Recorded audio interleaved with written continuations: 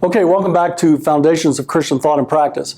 We are at Theme 11, and again, I want to emphasize the idea as we move into the New Testament. We've had Jesus is the Messiah, Gospel of Mark. Jesus is God, Gospel of John. God is a blessing to all nations, Luke, Acts. And now we dealt with the Apostle Paul. In particular, you will notice in Theme 10, which is humans are hopeless, which we talked about was could be very depressing, but as we'll see, there is great hope in that in our next theme. Paul will in particular focus on Galatians and Romans as we deal with that. Now, as we move into the 11th theme is, if human beings are hopeless, Christ is all hope. And so I want to go back to this outline that we talked about on this last video. And let me just review that with you quickly and make sure that we know that framework. Remember, I'm telling you that Paul does make a break from Judaism. And I know that Judaism really was not a religion at that time. In other words, Judaism, as the name itself, doesn't come along until later. But these were Jews who were steeped in the Old Testament, and they gathered themselves around the temple, and they saw God working through them in their land. And Paul is from that tradition. Remember, he is a Pharisee, which means that he was trained deeply in the study of the Torah. And so Paul, to make this break, my guess is, when it was not an easy matter, and we see his conversion in Acts chapter 9, and that is not an easy conversion. But Paul will make the break. But remember, I talked about the idea that Paul doesn't make the break by saying the Old Testament is no longer applicable, the Old Testament is no longer important. For Paul, it's foundational and it's fundamental. And so Paul, though, will make the break, and I gave you 4 categories to think about. And again, remember I told you that these are great categories to think about as you work on your Christian worldview. Now that we're in the 11th theme, good news is we're almost done. Bad news is we better get hopping on this Christian worldview that you'll have to write within a few days or a few weeks. But I want you to know that as you think about what does it mean to come from a Christian worldview, Paul really helps us here. And so these are 4 great pillars, if you will, that we could build a good foundation on. In the first place, Paul will talk about the ontology of human beings. Remember, it's trying to answer the question, who are we as human beings?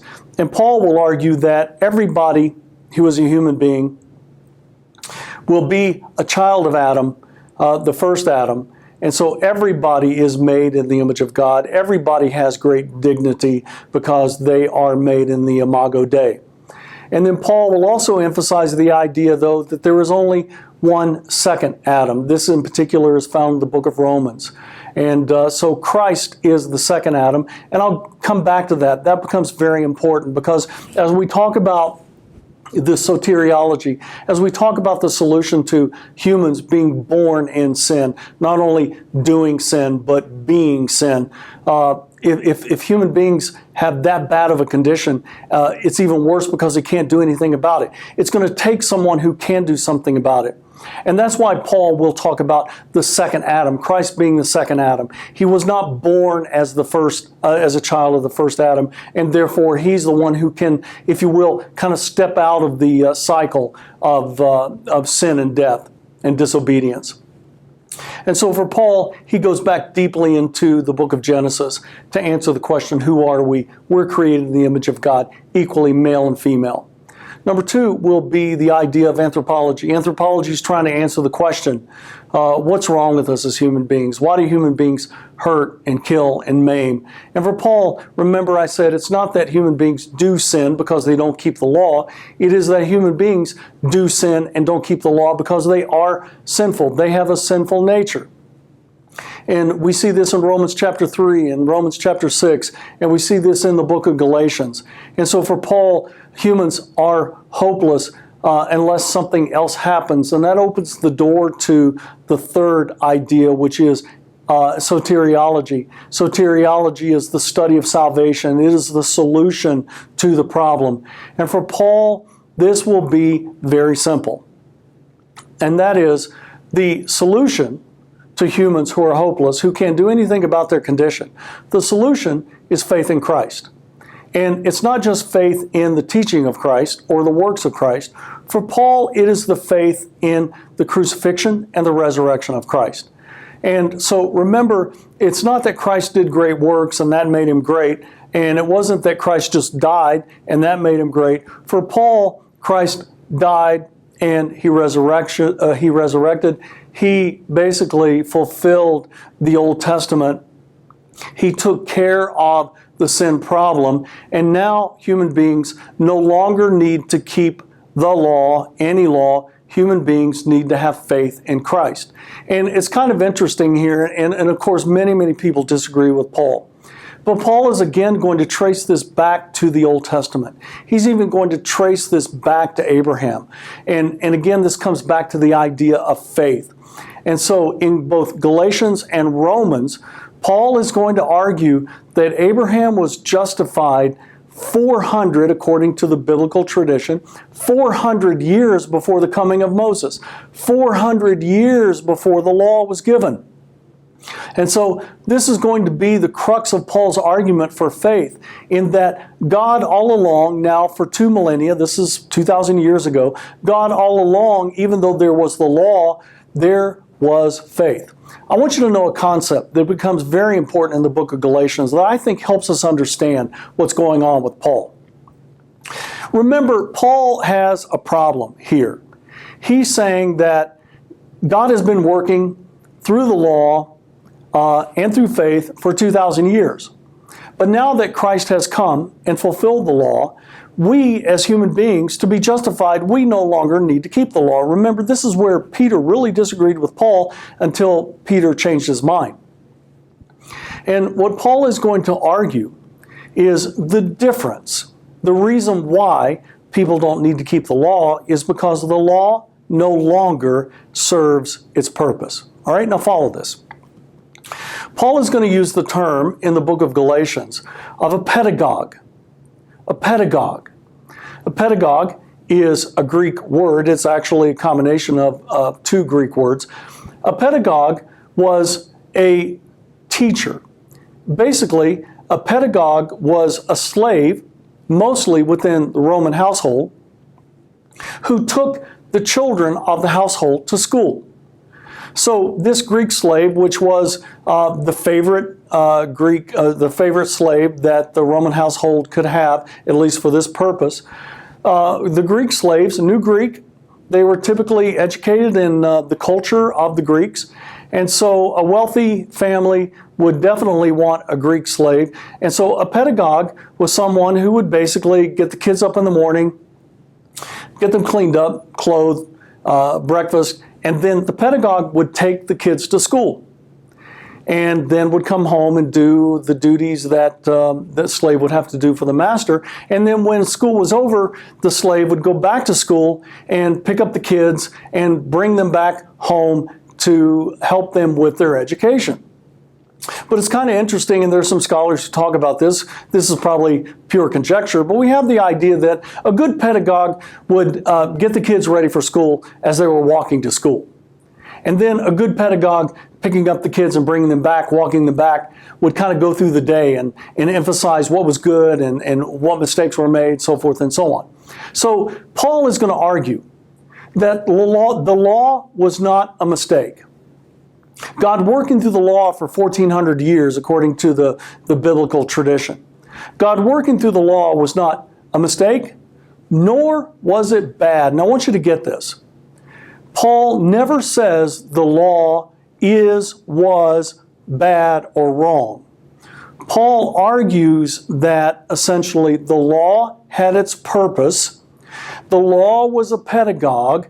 The law was someone who brought students to school. And so what Paul is trying to argue when he uses pedagogue in the book of Galatians, Paul is arguing that the law was the pedagogue and Jesus is the school. All right, you get that? Paul is arguing that the law was used and it was a good thing. There's nothing wrong with having a pedagogue. But the law got the student to the real purpose, to the real destination. And the real destination was to get to school. That's where the learning occurred. And for Paul, that's where the justification occurs. And for Paul, the school is Jesus. So the law brings people to Jesus, basically by showing people that they can't keep the law anyway. And so therefore, if they can't keep the law, that really doesn't justify them. So Paul never says the law is bad. Paul says it served its purpose, but now that Christ has come, Christ is with the believers, whether they're Jewish or Gentiles, and because Christ has come, the law is no longer needed. So what Paul is going to argue is that human beings are justified, their hope is found in the death and the resurrection of Christ, and human beings, what they need to do to be justified is to believe in Christ. All right, the fourth idea that we've talked about is eschatology. And I want to wrap up this session with eschatology, and that will kind of be a segue into theme number 12. Paul will argue, as I've said before, two new ideas in this new religion. Paul will bring in the idea of essentially the afterlife. And he will argue that anybody, anyone in Christ, this is in 1 Thessalonians, this is in 1 Corinthians 15, this is in Philippians, anybody in Christ, if that person dies in Christ, that person will live with Christ after death. And so Paul is going to bring in this idea, not of Hades, not the Greek concept of disembodied souls wandering in a gray area where they don't even recognize one another. Paul is going to emphasize that believers, because Christ resurrected, this is in 1 Corinthians 15, because Christ resurrected from death, so will believers. And so Paul is going to bring in the idea, and this becomes central to Christianity. Most Christians believe in the afterlife, and that's because of the teaching of Paul. But then Paul, his second idea that he will introduce is Christ is coming back. This especially is in 1 Thessalonians. In fact, the whole book of 1 Thessalonians is grappling with the idea of what it means for Christ to come back and how that relates to both how we live and how we die. And so Paul will argue that Christ is coming back. Yes, he died. Yes, he lives forever, but he's coming back. And so remember that Paul's letters were the first letters written that actually make it into the New Testament. The Gospel of Mark was written somewhere around 70. Matthew and Luke were written around 80 to 85. John about 95. All of Paul's letters were written before 64 to 68. And so before he died. And so Paul will write these first letters, and he will be the first one really to introduce the idea of the afterlife. Yes, Jesus talks about that. Paul will pick that up and talk about it even more so. But then Paul will also introduce the idea that Christ is coming back. So for Paul, Christians have great hope because they will be with Christ in the afterlife. And then for Paul, the world will be made right one day. It will be made straight because Christ is coming back also.